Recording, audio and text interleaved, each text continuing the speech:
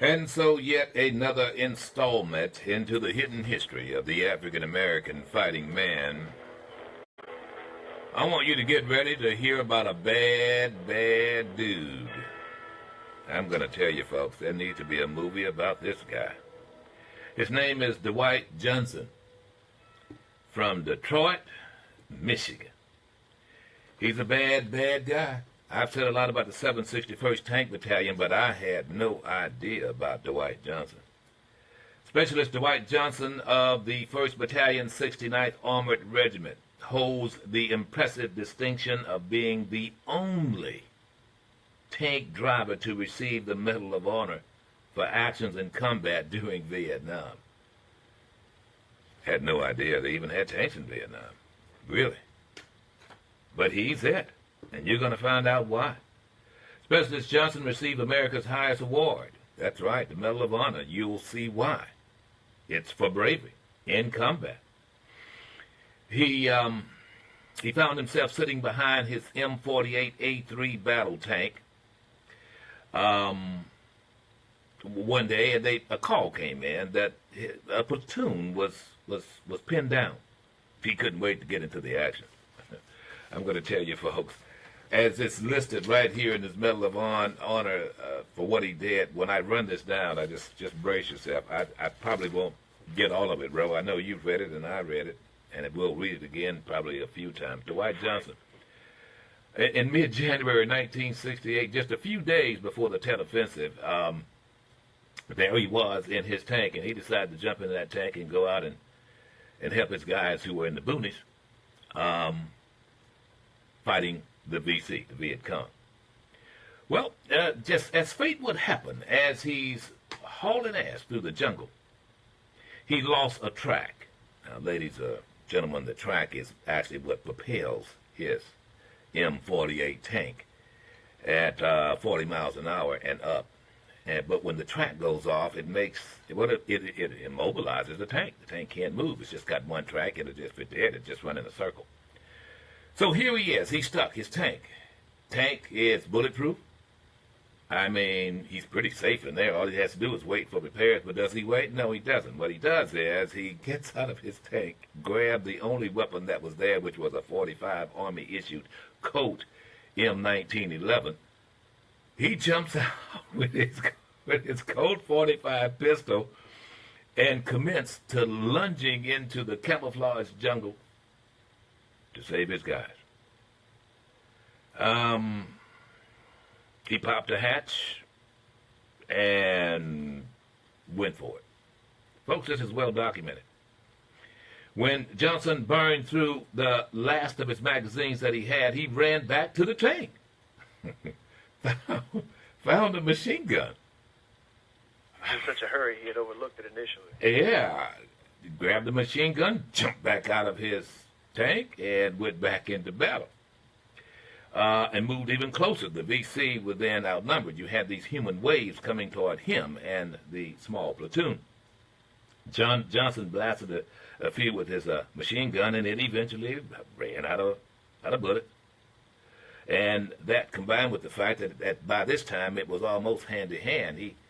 He had snapped the stock on his automatic weapon by hitting the head of one of the VC. And, of course, he was out of ammo. You can't make this up. So what did he do? He ran back. He ran back to his sergeant. He ran back to his other. I guess it's another tank. What is the other platoon's tank. Yeah, he rushed over to his platoon sergeant's tank, opened the hatch, and he noticed that the platoon sergeant was badly wounded, slumped there in the seat. But breathing Johnson heroically pulled that dude out, took him on his shoulders with gunfire all around him, to his tank, put him in his tank. And, of course, sought help from him from the corpsman, and they, what did he do then? Well, he got back out of his tank. Row. Fight ain't over. He sprinted back to his tank, got out of the tank, and came out of that with a, let's see, what is it?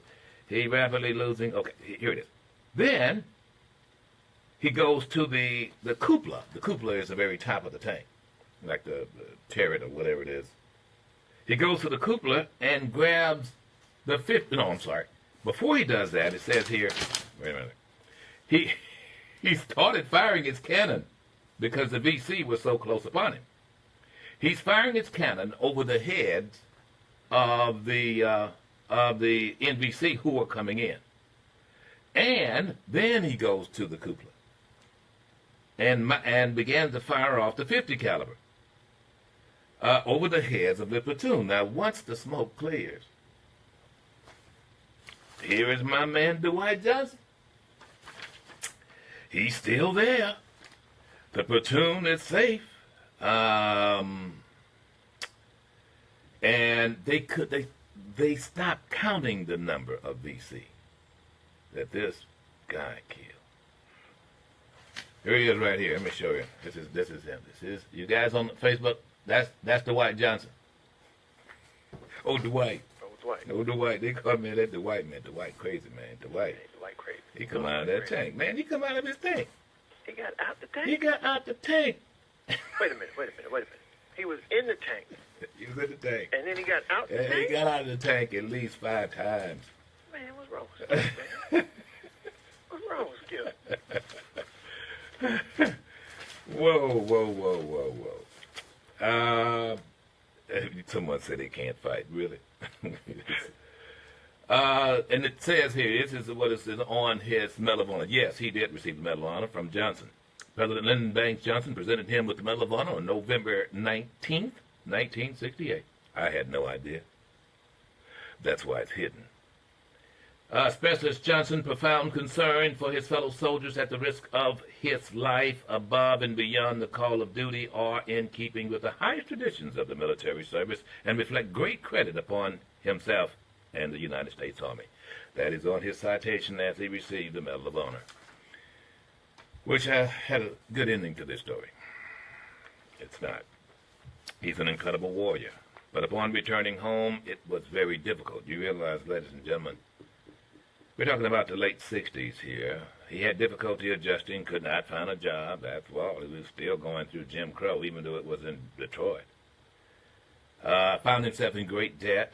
However, after he received the Medal of Honor, things were going to look up for him, bro. He became a military recruiter in the Army. And, however, still had demons, and subsequently he started to miss appointments, speaking engagements and the like, and he was sent for medical evaluation, which it was determined that he was diagnosed with depression caused by post-Vietnam adjustment problems. Now, that's what they call it then. That was the predecessor to PTSD, post-traumatic stress disorder. That's exactly right. Well, as fate would have it, 11:30 p.m., April 29th, 1971, Johnson was shot. No, not by the Viet Cong. He was shot during an armed robbery at an open pantry market convenience store. It was about a mile from his home there in Detroit. Although wounded in the left bicep during the altercation, the store owner opened fire with a .38 caliber handgun. Johnson sustained 4 bullet wounds, 3 to his chest and 1 to his face, and tragically he died on the operating table. This Medal of Honor winner, however, buried Arlington National Cemetery, May 6, 1971, Section 31, Lot 471, for my man Dwight Johnson. The bad dude, bro. One of the baddest. No doubt, and a lot of lives were saved because of it. His platoon made it very, very clear.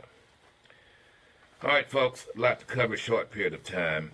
I don't doubt that those 3 basketball players didn't know anything about Dwight Johnson. I don't doubt that many of those individuals who are being so callous with their lives and doing stupid stuff would know anything about Dwight Johnson. I think if, in fact, young African-American males were privy to the heroism and the self-sacrifice of many of their brothers, they would then understand what is truly worthy of fighting for. And they would certainly know who the real enemy is. I think because African Americans in total are not privy to the heroism of their ancestors and what true honor is all about. We find ourselves sometimes with young men who are full of the strength and full of the fight, even want to have the dignity but don't know what to be proud of, and so therefore they reflect that on other things like a gold chain or rims. In other words, rather than knowing the value of sacrificing for those you love, they sacrifice for tangible objects, something that sparkles, something shiny. So I start this show with the hidden history of the African American fighting man, not to insult any of those who don't know about it or those who think that African Americans can't fight. It is to inspire, hopefully, young people, African American and otherwise, young Americans, to appreciate the whole concept of courage and honor and self-sacrifice for those you love. I'm going to get into it with the three young men, boys, 18, 19-year-olds who decided to steal in China. We're going to play their interview. I know there's other things going on, but family's everything to me. And these three guys, to me, represent some of what we were talking about with Meek Mill and that whole situation. Yes. That whole situation, folks, this idea of being a man. And this preparation that we have as parents to make sure that our boys become men, or women, or ladies. You know, there are those of you who took me to task. You did, and I'm going to call you out. It's okay. And invite you to call me. You can continue to email me. It's all right. But, you know, this whole concept that when such time you criticize or critique or give some tough love to a young knucklehead, that's considered as hate, has got to stop in my book. We're sending false messages, and we're getting our young men killed. More than that, we're inspiring our young men to kill other young men, maybe even you. So we'll get into that in a minute. First, this, ladies and gentlemen, a very ominous statement. Ominous statement. Coming from a congressman who has grave concerns about nukes being in the hands of our president. I want you to listen to it, because this is where we've come to now. We actually have congressmen, Republican and Democrats, who are actually concerned about our president's mental capacity to decipher whether or not it's wise to use nukes. How did we get here? Here's Congressman Ben Cardin of California. We are concerned that the President of the United States is so unstable, is so volatile, has a decision-making process that is so quixotic that he might order a nuclear weapon strike that is wildly out of step with U.S. national security interests. So let's just recognize the exceptional nature of this moment and the discussion that we're having today. I want to maybe pin together some of the questions that have been asked here in a little bit more pointed form. We've been talking about the ways in the reasons that an individual in the chain of command may decide to refrain from carrying out a particular order because of its illegality. I think Senator Young raised some very good concerns around the difficulty of evaluating whether a particular order is necessary or proportional. Hold it right there. But because I want to make sure you guys understand what's being discussed here now. For the very first time, there's discussion here as to whether or not the president has the last word with firing off a nuke. and the concerns that the current president that we have is incapable. I mean, you've even had Republicans say that this guy, they don't trust this guy's judgment. Flake, Corker, and not only them, you've even had Senator Graham. You've even had Rex Tillerson refer to this guy as a moron, and we have that in the White House? This is scary. So he's talking now to an expert, C. Robert Kehler, he's what is this guy? He's a former military guy? Former advisor to the military on nuclear armaments. So I'm going to continue, and then you're going to hear Robert respond to him regarding, okay, well, if you've got some concerns that the president is incapable of deciding right and wrong, or whether he's trigger happy, then here's what we have. Here's what we could do. Here it is. Let me just ask a simple question. Is one of the questions that is asked in determining whether an order is legal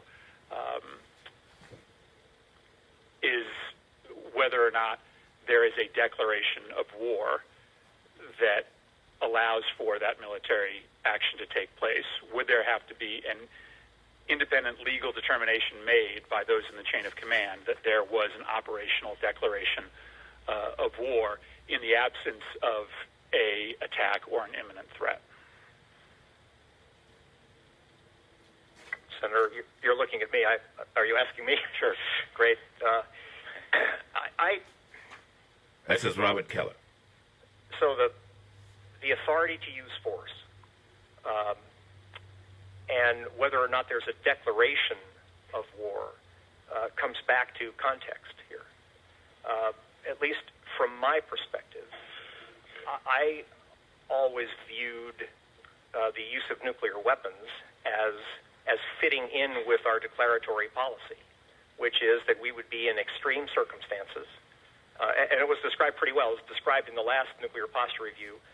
But subsequent to that, it was described in other various ways by the United States, various administrations over time, that we would be in some kind of extraordinary or extreme circumstances.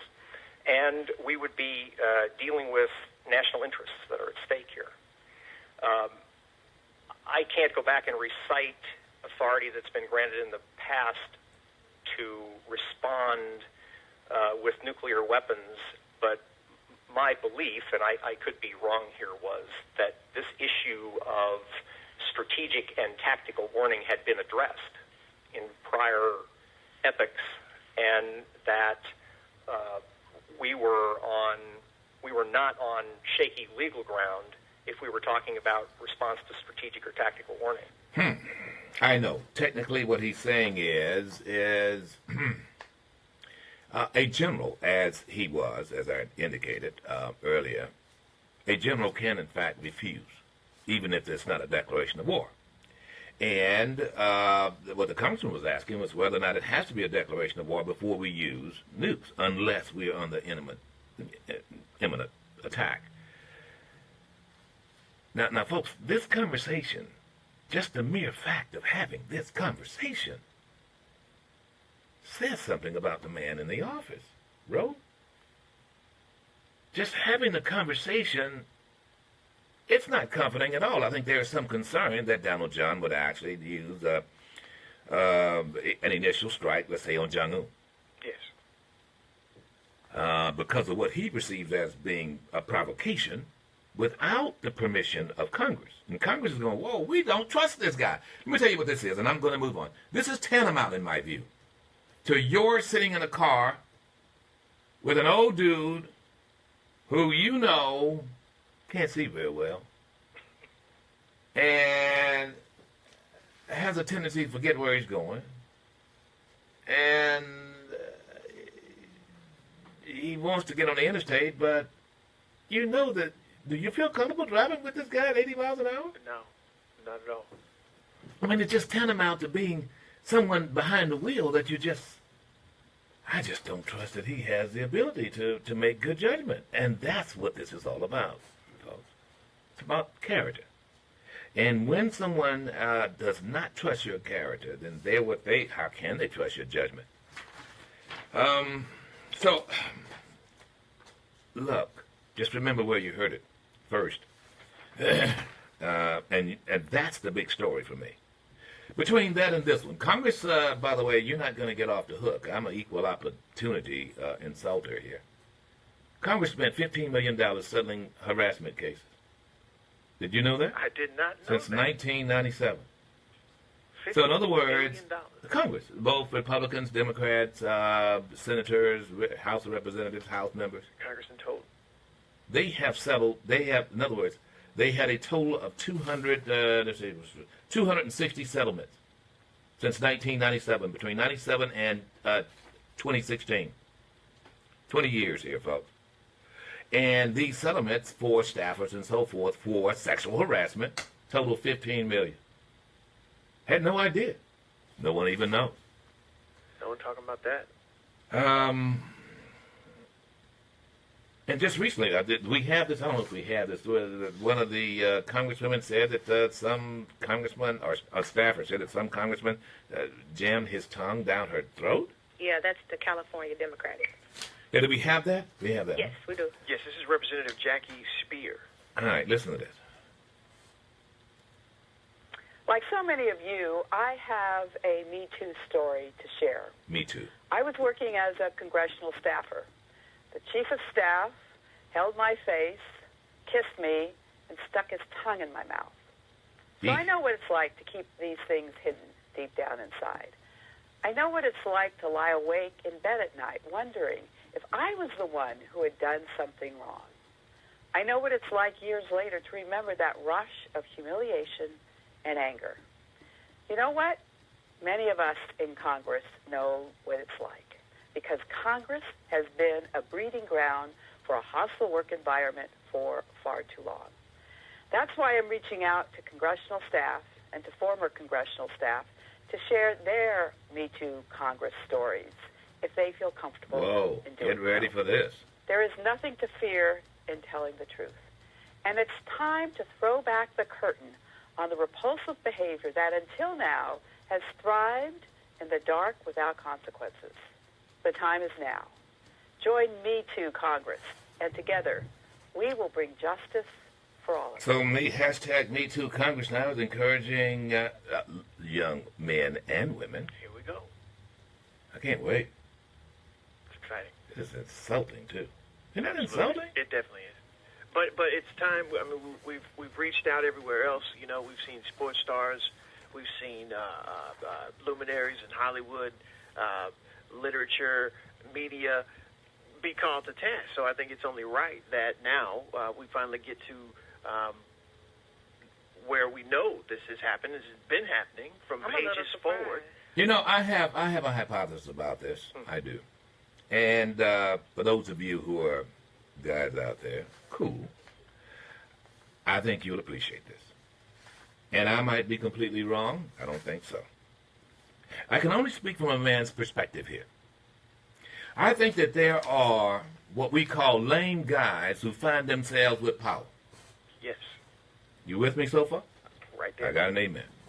When I call a lame guy, I'm talking about a guy who's not had much experience dealing with the opposite sex. This is a guy who is, he doesn't have a good line, as they would say. Or the same sex, if that's his thing. Well, whichever. But he is just not quite, he's just not cool. He has not had the opportunity to pursue a loved one, or been smitten, and somehow or another managed to achieve winning her hand, and I mean winning it. This is the kind of guy who's just don't go to dances because he can't see himself ever dancing with a girl because they'll never dance with him.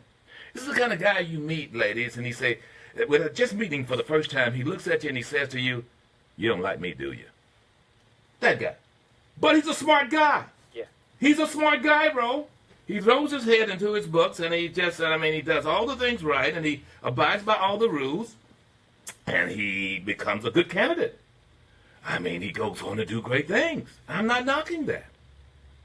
But he, in an effort to make up for the fact that he doesn't socialize very well with people, especially the opposite sex, or someone he's with his own feelings. You know, lack of confidence in doing yeah, he just doesn't. So he throws himself into the numbers, or hides away somewhere and does other things. I'm not knocking it. I'm just describing it now. This guy then becomes just a wonderful guy. He's a likable guy. He is above reproach. One can argue he's a Eagle Scout. Not that you don't have some cool Eagle Scouts. But what this guy has is a very shallow experience dealing with other people. And he finds himself as a senator or representative.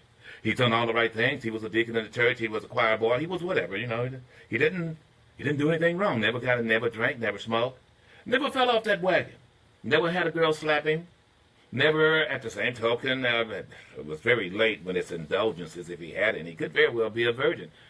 And there's nothing wrong with that. But because he's had very few natural experiences, he is incapable of dealing with his own libido. You with me? Can't handle it. He is incapable of understanding rejection. He then feels, because he has some power as a senator or as a scoutmaster or as whatever authority he has, he feels at that point everyone will like me, and you're supposed to like me, and what is your problem?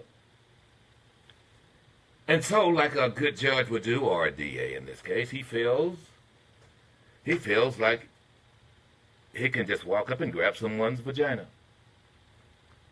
Because after all, he's a star now. And they should just let him because, okay, although I don't have a good line, and I'm maybe not an attractive guy, I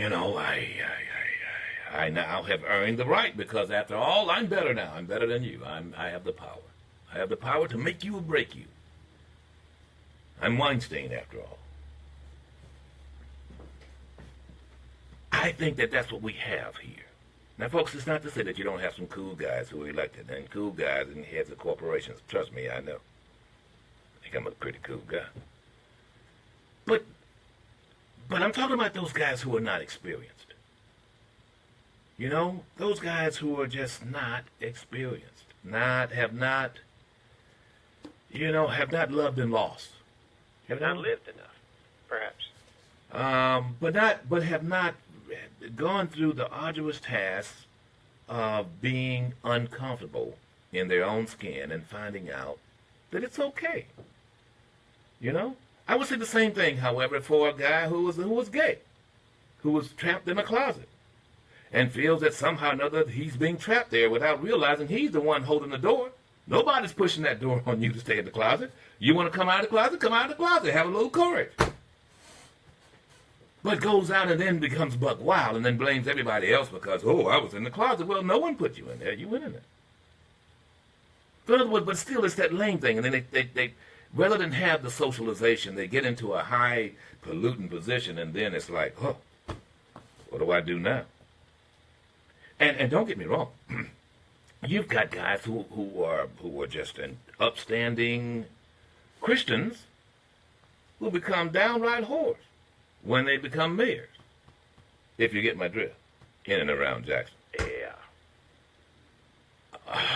Or for that matter, you have individuals who become president and is on a roll and do things for the worst possible reasons, basically, that they could, right there in the Oval Office. Just ask one of the Clintons. But still, it's that lame thing. You know, it's that opportunistic thing, but it's that I have the power now, so therefore I can get away with it. I mean, the idea that the poor woman had Judge Moore grab the back of her neck and force her head to his crotch, really? What woman would get on TV and say that if it didn't happen? 50-something years old. You have that? Really? So that's my hypothesis. I think a lot of those folks who are in the halls of Congress are individuals who right now have the power and feel that now, as a result of that, not only do they have the power of the pen when it comes to laws, but they have the power to destroy lives, particularly those lives of women and or young male interns. In other words, I can destroy your life, or I can make you. I can make you or break you right here. Just let me do whatever I want to you. And you better act like you like it. I think they're just lame. All you do is take away the power, kick them out of office. See just how truly lame they are. Not only that, I think they're quirky. I think that they're in some cases, they're freaks. That's just my opinion, just my hypothesis about it. You know, I think you find the same thing with guys who feel that just because they have the biggest and the baddest car that they're going to get the girl. And when such time they're rebuffed by the girl, they can't handle that. They just feel automatically, what's the matter with you? Yeah, but it seems as though, you know, and that's definitely obviously prevalent. It seems as though these folks who get in these positions of power get a little bit more accustomed to being not told no. So it's harder for them, apparently, not only to come to grips with themselves, but come to grips with that power and managing it responsibly and morally. Well, I don't think managing it is what they do. I think they have suppressed it all this time, and so when given that opportunity, they come out, they unleash themselves like wild beasts. I think that's what happens. You know, and the reason why I'm saying this, folks, is that I come from the free love generation, and I'm going to tell you that was some good times. But they were nothing compared to what I see now happening in the streets, Ro. I'm telling you, the idea of someone having to molest a woman, it's just pathetic to me. I mean, it's beyond free. Now women throw themselves at little jocks. I mean, it's just incredible. You got to control the phone with little boys, young girls. I mean, it's incomprehensible, but yet you've got individuals who see it as a power move, not a romantic move, not even a sexual move. It's a power move because they have the power and they can divvy it out any way they want. Hang on, folks. We'll be back. Every day, more than 10,000 people are approaching retirement age, and many of them are not financially ready.